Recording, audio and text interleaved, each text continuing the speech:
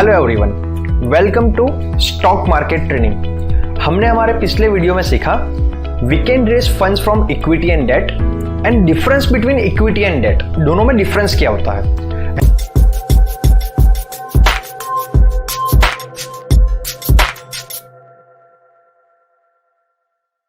And today's topic is Sensex and Nifty, in which we will cover basics of Sensex and Nifty, importance of Sensex and Nifty। तो सबसे पहले हम समझते हैं कुछ basic terminology about stock market. आपने एक बिगिनर मुझे बहुत बार क्वेश्चन पूछता है कि sir what is BSc, NSC, ये सेंसेक्स निफ्टी किस बला का नाम है, टाइमिंग क्या होता है स्टॉक मार्केट का। तो बीएससी एंड एनएससी आपने बहुत बार वर्ड सुने होंगे। बीएससी का फुल फॉर्म है Bombay stock exchange and NSC का फुल फॉर्म है नेशनल स्टॉक एक्सचेंज, जो इंडिया के बहुत सारे स्टॉक एक्सचेंज में से सबसे बड़े दो स्टॉक एक्सचेंज है कि जहां पे 99% ट्रेडिंग होती है। सेंसेक्स निफ्टी हम अपने नेक्स्ट स्लाइड में डिस्कस करते हैं। एंड टाइमिंग ऑफ ट्रेडिंग का टाइमिंग रहता है 9:15 to 3:30। 9 बजे प्री ओपनिंग सेशन होता है और 9:15 मॉर्निंग में से आप ट्रेडिंग करना स्टार्ट कर सकते हो और दोपहर के 3:30 बजे तक आप शेयर्स को परचेस कर सकते हो। Monday to Friday stock market open होता है। वीकेंड के ऊपर ट्रेडिंग नहीं होती है और कुछ नेशनल हॉलिडेज के ऊपर भी ट्रेडिंग नहीं हो सकती है। तो हम समझते हैं निफ्टी 50 एंड सेंसेक्स होता क्या है, तो ये क्यों इंपॉर्टेंट है पहले हम ये समझते हैं।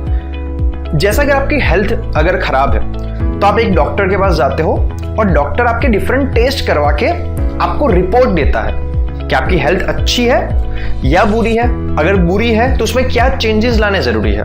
तो जैसे आपकी हेल्थ एक डॉक्टर चेक करता है रिपोर्ट के जरिए, आपका ब्लड प्रेशर के जरिए, आपके टेम्परेचर के जरिए, उसी तरीके से एक कंट्री की इकोनॉमिकल हेल्थ चेक करी जाती है निफ्टी 50 और सेंसेक्स को देख के। ये क्यों इतने ज्यादा इंपॉर्टेंट है पहले हम समझते हैं कुछ बेसिक्स। बीएससी जैसा मैं बता चुका हूं उसका फुल फॉर्म है बॉम्बे स्टॉक एक्सचेंज, जो 1978-1979 में स्टार्ट हुआ था।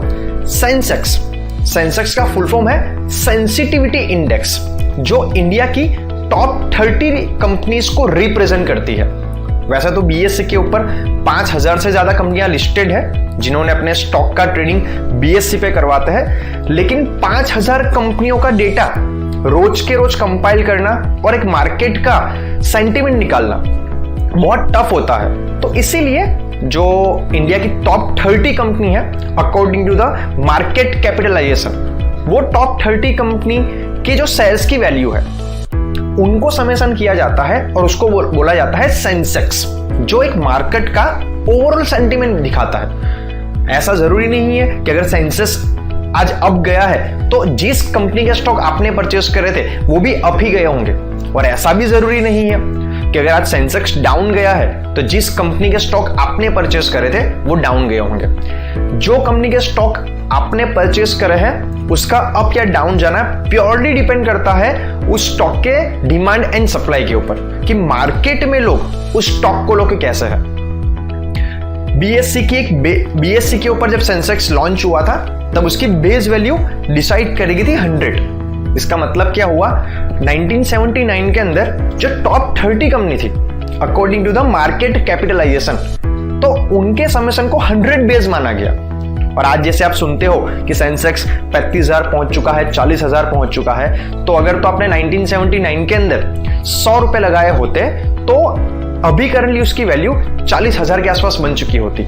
जो एवरेज एनुअल ग्रोथ देखे हर साल का तो 16% के आसपास आता है। उसी तरीके से एनएससी भी इंडिया का सबसे बड़ा स्टॉक एक्सचेंज कहा जाता है। ये दो सबसे बड़े स्टॉक एक्सचेंज है बीएससी, एनएससी। एनएससी 1995-1996 के अंदर उन्होंने अपना इंडेक्स लॉन्च किया निफ्टी के तौर पे। निफ्टी का फुल फॉर्म है नेशनल 50। जैसे सेंसेक्स की बेस वैल्यू 100 डिसाइड करी गई थी, उसी तरीके से निफ्टी की बेस वैल्यू 1000 डिसाइड करी गई थी। और एनएससी के ऊपर 1600 से भी ज्यादा कंपनियां लिस्टेड है, और जो इंडिया की मेजर कंपनीज है वो एनएससी और बीएससी दोनों पे लिस्टेड है। और दोनों जो इंडिया की लार्ज कैप कंपनी है, यहाँ पे कैप का फुल फॉर्म क्या है, कैपिटलाइजेशन उसको कवर करती है। अब ये कैलकुलेट कैसे होता है? ये कैलकुलेट होता है free float market capitalisation method से। इसका मतलब क्या है कि जितने शेयर्स कंपनी के हैं उस शेयर्स में से प्रमोटर्स के शेयर्स को निकाल दिया जाता है। या तो वो कंपनी गवर्नमेंट है या सेमी गवर्नमेंट है तो गवर्नमेंट की होल्डिंग को निकाल दिया जाता है। क्यों? क्योंकि प्रमोटर्स की होल्डिंग के शेयर्स और गवर्नमेंट होल्डिंग के शेयर्स मार्केट में ट्रेड नहीं होते हैं। तो जो मार्केट में ट्रेड होते हैं शेयर्स है उसके अकॉर्डिंगली जो सबसे बड़ी टॉप 30 कंपनी है उनके समेसन को बोला जाएगा सेंसेक्स, और जो टॉप 50 कंपनी आएगी उसको बोला जाएगा निफ्टी। बेस वैल्यू सेंसेक्स की रखी जाएगी 100 और निफ्टी की रखी जाएगी 1000। और ये ऑल मेजर सेक्टर्स कंपनियों कवर कर लेती है। आप टेक्निकल सेक्टर की बात करो तो उसमें आईटी कंपनी की बात करो तो टीसीएस आ गई, टेक महिंद्रा जैसी बड़ी कंपनी आ गई। अगर तो आप ऑटो सेक्टर की बात करो तो बजाज, टीवीएस, आइसर मोटर्स वो कंपनी आ गई। रिफाइनरी की बात करो तो रिलायंस, ओएनजीसी, सारी बड़ी कंपनियां कि जिनके आप नाम सुनते हो। एफएमसीजी की बात करें तो डाबर, वो सारी कंपनियां उसके अंदर आ जाती है। तो सेंसेक्स एंड निफ्टी एक मार्केट का ओवरऑल सेंटीमेंट आपको दिखाती है कि अगर आज मार्केट का सेंटीमेंट कैसा रहा। अगर तो सेंसेक्स अप गया तो आप ऐसा समझ सकते हो कि आज के दिन में लोग पॉजिटिव थे मार्केट को लेके और मार्केट में बाइंग ज्यादा हुई है, मार्केट में डिमांड ज्यादा हुई है। और अगर तो आज सेंसेक्स या निफ्टी की वैल्यू डाउन गई है या नेगेटिव गई है तो आप ऐसा समझ सकते हो कि ओवरऑल मार्केट आज डाउन रहा है और लोगों ने सेलिंग ज्यादा करी है, सप्लाई ज्यादा है। और आप बहुत बार ऐसा होता है कि जैसे आपको मैं एक कॉन्सेप्ट तो बता ही चुका हूं कि Sensex and Nifty purely top 30 और टॉप 50 कंपनी को रिप्रेजेंट करता है। आपका प्रॉफिट और लॉस प्योरली डिपेंड करेगा जिस कंपनी के स्टॉक आपने परचेस करे हैं उसकी वैल्यू ज्यादा हुई या कम हुई। लेकिन ज्यादातर केसेस के अंदर Nifty and Sensex major companies को कवर कर लेते हैं। तो बहुत बार ऐसा होता है कि अगर निफ्टी नेगेटिव जा रहा है मतलब कि नीचे गिर रहा है तो आपकी कंपनी जो आपने शेयर ली है शायद वो भी नीचे गिर जाएंगे। क्योंकि एक बहुत बड़ी कहावत कही जाती है कि all ships rise with rising tide. अगर तो पूरा मार्केट पॉजिटिव मूव कर रहा है तो जो company maybe fundamentally weak होगी या जो लॉस मेकिंग होगी शायद वो भी अब थोड़ा ग्रोथ दिखा देगी, उसकी भी थोड़ी डिमांड आ जाएगी।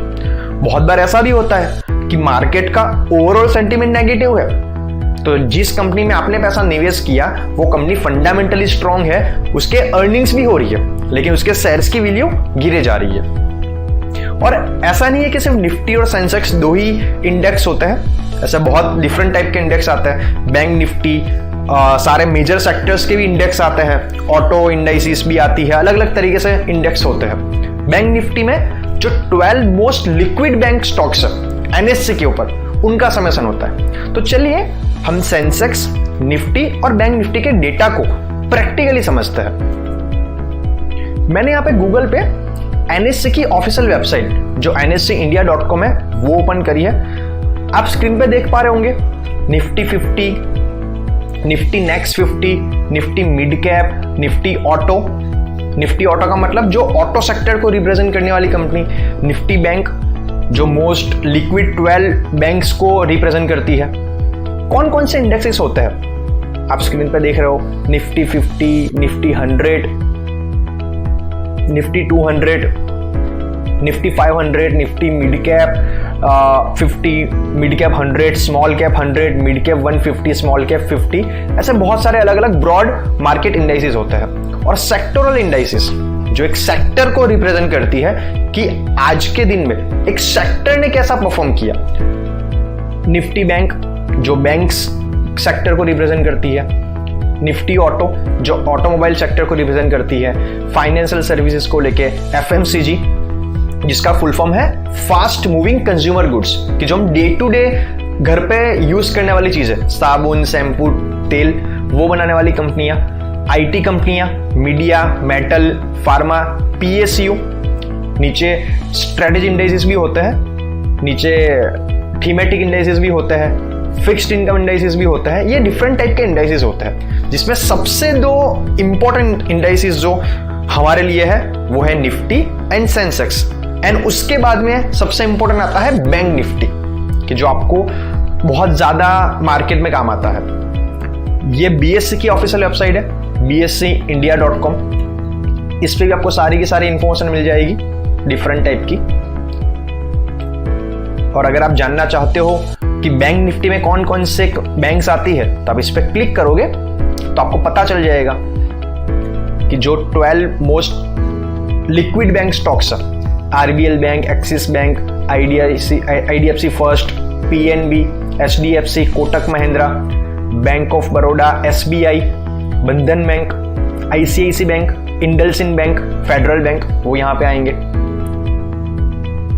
अगर तो आप क्लिक करोगे निफ्टी ऑटो के ऊपर, तो आपको ऑटो सेक्टर के जो कंपनियां हैं उनका इंडेक्स मिल जाएगा। तो आपको काफी इंटरेस्टिंग डेटा NSE की ऑफिशियल वेबसाइट से मिल सकता है। अभी समझने की कोशिश कीजिए कि निफ्टी 50 एंड सेंसेक्स रिप्रेजेंट क्या करता है। It represents sentiment of public about the economy, कि लोग क्या सोच रहे हैं इकोनॉमी को लेके और ओवरऑल स्टॉक मार्केट को लेके। अभी इन चीज को इंपैक्ट कौन करता है, पब्लिक के सेंटिमेंट को इंपैक्ट कौन करता है, सोशियो पॉलिटिकल एनवायरमेंट। आपने पता होगा कि जब 2014 के अंदर NDA गवर्नमेंट, नरेंद्र मोदी की गवर्नमेंट बनी थी, तब मार्केट काफी अप गया था, क्योंकि स्टेबल गवर्नमेंट है तो लोगों को ज्यादा भरोसा आता है। उसी तरीके से जब 2004 के अंदर कांग्रेस गवर्नमेंट बनी थी, तब भी सेंसेक्स पे काफी पॉजिटिव उसका इंपैक्ट हुआ था। बिजनेस पॉलिसीज, जो गवर्नमेंट है वो कैसी बिजनेस पॉलिसीज लेके आ रही है, टैक्सेशन की पॉलिसीज कैसी है। आपको पता होगा जब GST मोदी गवर्नमेंट ने लेके आए थे तब मार्केट थोड़ा डाउन गया था। जब डिमोनेटाइजेशन हुआ था तब भी मार्केट डाउन गया था। जब गवर्नमेंट कोई स्पेशल पैकेज अनाउंस करती है किसी सेक्टर को लेके, तो वो सेक्टर अब जाता है। इंटरनेशनल अफेयर्स, अभी आज की तारीख के अंदर सारी की सारी कंट्री इंटरकनेक्टेड है। तो अगर USA में कुछ प्रॉब्लम हो रही है तो उसका भी हम पे इंपैक्ट होगा। अगर चाइना के साथ इंडिया के रिलेशन बिगड़ रहे हैं, उनसे भी इंपैक्ट होगा। अगर हमारी पाकिस्तान के साथ वॉर हो जाती है तो उसका भी सेंसेक्स पे इंपैक्ट होता है। इंडस्ट्री का फ्यूचर क्या है, अब जैसा अगर फ्यूचर की बात करें तो मे बी रिन्यूएबल एनर्जी जो होती है वो फ्यूचर है, तो वैसी कंपनियों के बारे में लोग ज्यादा पॉजिटिव होंगे। पूरी कंट्री का फ्यूचर क्या है, ये डिफरेंट टाइप के रीजंस होता है जो पब्लिक के सेंटिमेंट को इफेक्ट करते हैं। अभी आप ये चीज हमेशा ध्यान रखना कि मार्केट मूव्स इन एक्सेसिस। बहुत बार ऐसा होता है कि कभी किसी कंपनी का ग्रोथ सिर्फ 10% हुआ है, लेकिन क्योंकि लोग पॉजिटिव है, लोगों का सेंटीमेंट पॉजिटिव है, तो उसके स्टॉक की वैल्यू 30% बढ़ सकती है। बहुत बार ऐसा भी होता है कि उस कंपनी ने कुछ ज्यादा ग्रोथ दिखाया नहीं है, लेकिन क्योंकि उस कंपनी के बारे में लोग पॉजिटिव है तो उसकी वैल्यू बढ़ जाती है। मे बी अगर आपने बहुत सारी मूवीज के अंदर दिखाया जाता है कि कैसे बड़े बड़े लोग मार्केट को इन्फ्लुएंस करता है एक पॉजिटिव सेंटीमेंट या फेक पॉजिटिव सेंटीमेंट क्रिएट करके। नेगेटिव सेंटीमेंट, बहुत बार ऐसा भी हो सकता है कि मार्केट की जो कंपनियां हैं उनकी अर्निंग्स में शायद 5% का फर्क पड़ा, लेकिन लोगों का सेंटीमेंट नेगेटिव है तो मार्केट 20% डाउन हो गया। तो ऑलवेज रिमेंबर कि Sensex and Nifty and overall stock market purely depend करता है लोगों के सेंटीमेंट के ऊपर। बहुत बार ऐसा भी हो सकता है फंडामेंटली स्ट्रॉन्ग कंपनी जो अर्निंग अच्छी दे रही है उसके स्टॉक की वैल्यू डाउन हो जाए, और बहुत बार ऐसा भी हो सकता है जो फंडामेंटली वीक है लेकिन क्योंकि लोग पॉजिटिव है उसकी वैल्यू बढ़ जाती है। तो आज के वीडियो में हमने डिस्कस किया निफ्टी, सेंसेक्स, बैंक निफ्टी क्यों इंपॉर्टेंट होते हैं और वो एक्चुअल में क्या रिप्रेजेंट करते हैं। निफ्टी एंड सेंसेक्स क्या होता है and how they show overall sentiment of public economy. तो आज के वीडियो में इतना ही। आई होप सो आप जो ये निफ्टी, सेंसेक्स नाम के वर्ड सुनते हो उसका एक्चुअल मतलब क्या है और वो क्या रिप्रेजेंट करते हैं वो आपको डिटेल में समझ में आ चुका होगा। तो आज के वीडियो में इतना ही, मिलते हैं नेक्स्ट वीडियो में। Thank you very much.